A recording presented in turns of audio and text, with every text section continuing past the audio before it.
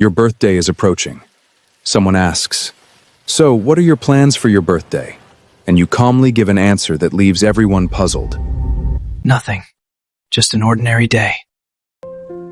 He's the weird one. Something inside him is broken. But what if nothing is broken? Suddenly you become the weird one. Your friends decide there must be something wrong with you. Your family thinks you're being difficult. Society acts like if you don't blow out candles, something inside you is broken. But what if nothing is broken? What if you've simply gone further than they can understand? Because psychologists have studied this exact phenomena for a long time, and their findings say much more about those who judge you than about you. This video is made for you, whether it comes from sadness, maturity, or something much deeper. Stay with me until the end. Let's start with the group almost no one talks about. But why does society react so strongly to your silence? It's because of the social clock theory. Proposed by psychologist Bernice Newgarten in the 1960s, she argued that we have internal pressure to hit milestones on time. A birthday isn't just a date, it's a social synchronization pulse. If you don't celebrate, you're falling out of the collective rhythm. And that rhythm is what keeps most people feeling safe. But safety isn't the same as truth. The ones who stop celebrating their birthday not because they chose to, but because life taught them not to hope anymore. In 1967, psychologist Martin Seligman discovered something disturbing. He called it learned helplessness. Let's look closer at Seligman's 1967 lab results. The subjects didn't try to escape the shock even when the door was open. When a person experiences repeated disappointment over things they cannot control, the brain eventually stops trying. Not because the person is weak, but because it has become efficient.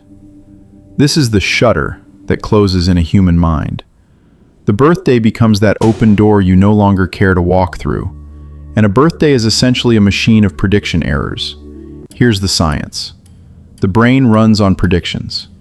Neuroscientists Schultz, Diane, and Montague proved that the dopamine system reacts not simply to reward, but to the gap between what you expected and what you actually received. Imagine, you're a child. You wait for the celebration. You wait for friends to remember. You wait to feel special. But when none of it happens, not once, not twice, but year after year, the brain draws its conclusions. It stops predicting reward. It stops releasing dopamine. And eventually you stop caring.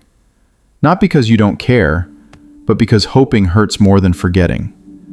So when someone says, "just an ordinary day," listen carefully. That phrase wasn't born from indifference. It grew from scars.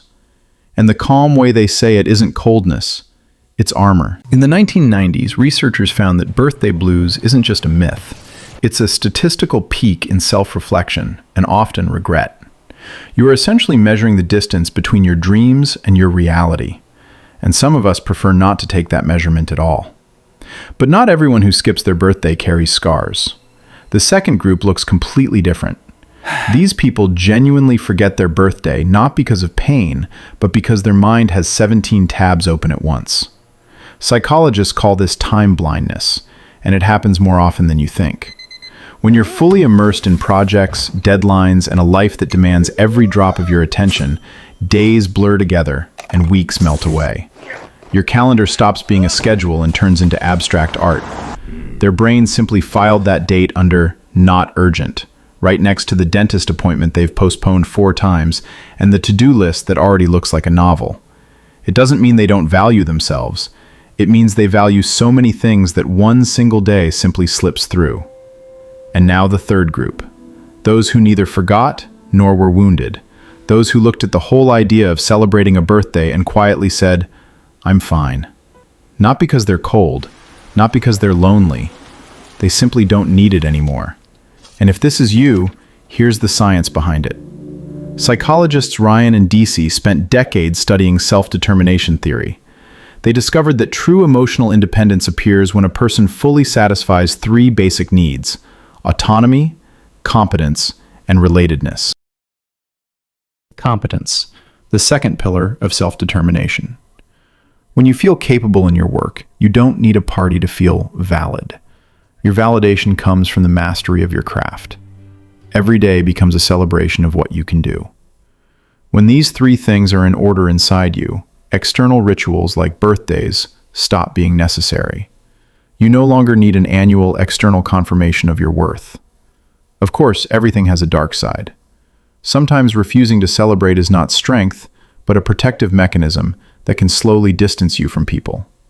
It can become a wall instead of a bridge. But when it's a conscious choice of a mature person, that is real freedom. You no longer need an annual performance to feel loved. You simply live. And that may be the healthiest approach of all. Control. That is what Ryan and Dece's theory is truly about. The need for autonomy means deciding which rituals matter to you. Rituals are often chains we didn't choose. When you break the chain, you find yourself. If you recognized yourself in this video, write "ordinary day" in the comments. You're not alone. And you're not broken. You're simply different. And there's nothing wrong with that.